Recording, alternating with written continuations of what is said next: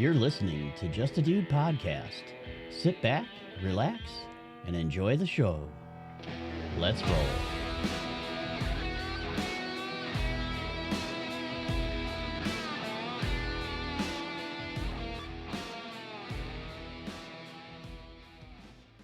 Hey there, folks. Welcome back to Just a Dude in the News on Just a Dude podcast. I'm your host, Nathan, just a regular dude breaking down the world's biggest stories with a laid-back vibe. We're diving into the top 10 news stories from May 16th to today, keeping it real and sticking to the facts. No spin, just the headlines that matter. So grab a drink, get comfy, and let's roll through this week's news. Kicking things off with a heavy story from San Diego, on May 22nd, a Cessna 550 Citation crashed into military housing neighborhood near Naval Base San Diego, killing at least 3 people, including the co-founder of a music talent agency. The crash happened around 3:45 a.m. near Montgomery Gibbs Executive Airport, hitting a massive military housing complex and damaging at least 10 homes. It's a gut punch for the community, with families displaced and first responders working overtime. San Diego Mayor Todd Gloria praised the quick response from emergency crews, and Captain Robert Healy, the base's commanding officer, said the Navy is stepping up to help affected families with temporary housing.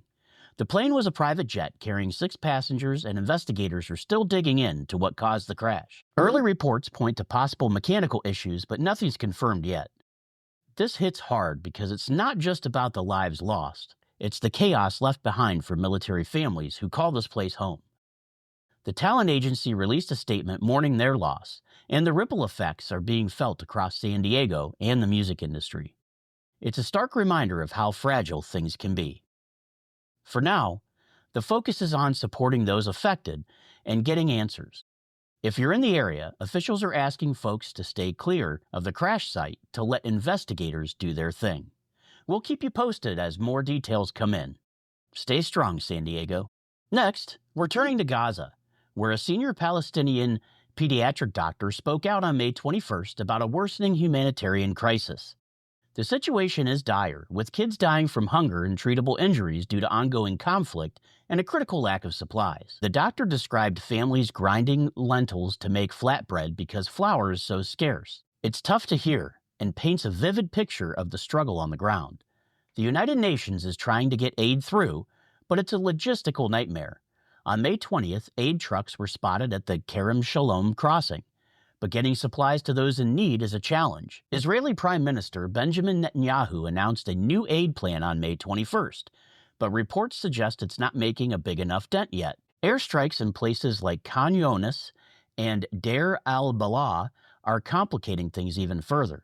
This crisis is a brutal reminder of the humanitarian costs of conflict. Displaced families are fleeing with whatever they can carry, and the lack of food and medical care is hitting kids the hardest. The international community is feeling the pressure to step up, but political and logistical hurdles are slowing progress. Aid groups are pushing for safe delivery routes, and the world's watching to see if new plans will deliver. If you want to help, investigate reputable charities working in Gaza. We'll keep tracking this story as it unfolds. Over in Washington, D.C., the House of Representatives passed a big tax cut bill on May 22nd. This is a key win for President Donald Trump's agenda. House Speaker Mike Johnson pulled off a tricky balancing act to get a divided Republican Party on board. The bill boosts the state and local tax deductions from $10,000 to $40,000 for those earning under $500,000 a year, with a sliding scale for higher earners. This is not just about taxes. It also tightens rules for health and food programs for low-income folks, which has sparked some heated debate. Some say it could add $3.8 trillion to the U.S. debt, so it's a bold move with big stakes. The bill's now headed to the Senate, where it's likely to face a tougher road. Lawmakers are juggling economic relief with concerns about the deficit. For the average person, this could mean more cash in your pocket if you're in that income bracket. But the changes to assistance programs have some folks worried about the impact. Supporters argue it's a much-needed boost for the economy, while critics are sounding the alarm on long-term costs. The Senate's next steps will be crucial, and we'll see if they can smooth out the wrinkles or if this hits a snag. Keep an eye on this one. It could affect your taxes and more. Next, let's switch to sports, where the NBA playoffs are bringing the heat. As of May 21st, we're deep in the conference finals, and the Oklahoma City Thunder led by MVP Shai Gilgeous-Alexander, are dominating with a big Game 2 win over the Minnesota Timberwolves. Game 4 is set for May 26th, with the series potentially running through May 30th. The 2025 NBA Finals kick off June 5th, and the excitement's off the charts. Fans are hyped, debating who's got the edge for the finals. The Thunder's fast-paced game and Gilgeous-Alexander's leadership are making them a favorite, but the Timberwolves are fighting hard. Other matchups across the leagues are just as intense, with every game feeling like a must-watch moment. Off the court, there's news stirring things up. Golden State Warriors guard Moses Moody had surgery on May 21st for a torn thumb ligament, but should be back for training camp. Meanwhile, the Dallas Mavericks are weighing whether to draft Duke's Cooper Flagg or trade for a vet like Kevin Durant, sparking some big what-ifs. If you're a Hoops fan, check ESPN for the latest scores and schedules. The playoffs are delivering, and we'll see who's left standing come June. Let us know who you're rooting for. Hit us up on social medias. We're on all social media platforms. Moving on to entertainment, on the entertainment beat, Netflix is keeping us hooked with a slew of new releases for May of 2025. The Four Seasons, a comedy with Tina Fey, Coleman Domingo, and Steve Carell, dropped on May 14th and is getting buzz for its quirky humor. Forever, a Judy Blume adaptation set in 2018 Los Angeles and directed by Regina King, hit the platform on May 16th. There's also The Royals from Netflix India, a romantic drama that's winning hearts. These shows are a mix of laughs, love, and coming-of-age vibes. The Four Seasons dives into hotel chaos and friendships, while Forever follows two young athletes falling in love, modernizing Blume's classic story. The Royals bring fairy tale romance with a bold twist, and fans are eating it up. Netflix also dropped Big Mouth Season 8 and Fear Street Prom Queen on May 23rd. Perfect timing for a Memorial Day binge. There's something here for everyone. Whether you're into comedies, dramas, or animation, social media is buzzing, especially for Judy Blume fans stoked for Forever. Head to Netflix to check out the full May lineup and hit up Just a Dude Podcast on socials to share what you're watching. We might give your pick a shout-out next week. Back to global news. President Donald Trump shook things up on May 22nd with a Truth Social post calling for a 50% tariff on the European Union starting June 1st, 2025. He claimed the EU's been tough on U.S. trade and markets felt the heat, with the Dow dropping 386 points and the S&P 500 falling 1.03% that day. The announcement has analysts warning that a tariff this steep could jack up consumer prices and disrupt supply chains. Supporters say it's a strong move to protect American businesses, but the EU could hit back with tariffs of their own, escalating things quite quickly. Trump's also been talking tough on tariffs for companies like Apple, adding to the tension. This comes at a time when global trade's already on edge, and businesses are bracing for impact. Markets are jittery, and traders are watching for the EU's response. It could be a negotiating tactic for a firm policy push. Either way, it's got everyone's attention. For more on how this might hit your wallet or the economy, check out Bloomberg or Yahoo Finance. We'll keep you posted on this trade drama as it develops. Next, let's dive into a tragic story from across the U.S. On May 16th, a massive storm system unleashed tornadoes and severe weather across Missouri, Kentucky, Virginia, and other states, leaving at least 32 dead and widespread destruction. Kentucky took the hardest hit with 23 deaths, while Missouri reported 7 and Virginia 2. The storms tore through neighborhoods, threatening homes, and leaving thousands without power. In St. Louis, Missouri, an EF3 tornado with winds up to 140 miles per hour ripped through the city on May 16th, collapsing parts of Centennial Christian Church and damaging over 5,000 properties. Mayor Kara Spencer called it one of the worst storms in the city's history. In Kentucky, an EF4 tornado devastated Laurel and Pulaski counties, with winds up to 190 miles per hour, leaving a trail of debris and heartbreak. Virginia saw deaths from trees falling on vehicles during the chaos.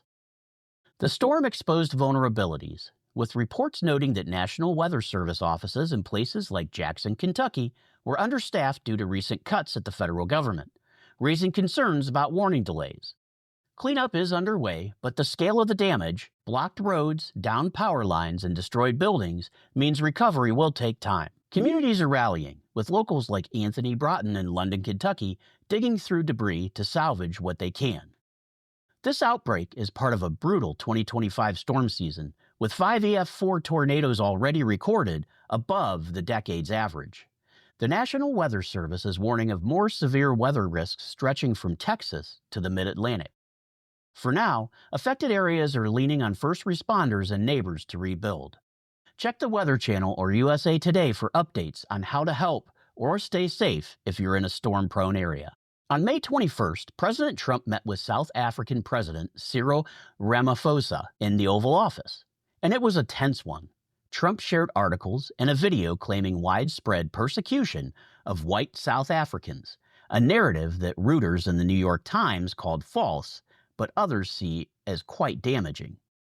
Ramaphosa pushed back, but the televised exchange turned heads worldwide. The meeting echoed Trump's past diplomatic flashpoints, like his clash with Ukraine's Zelensky.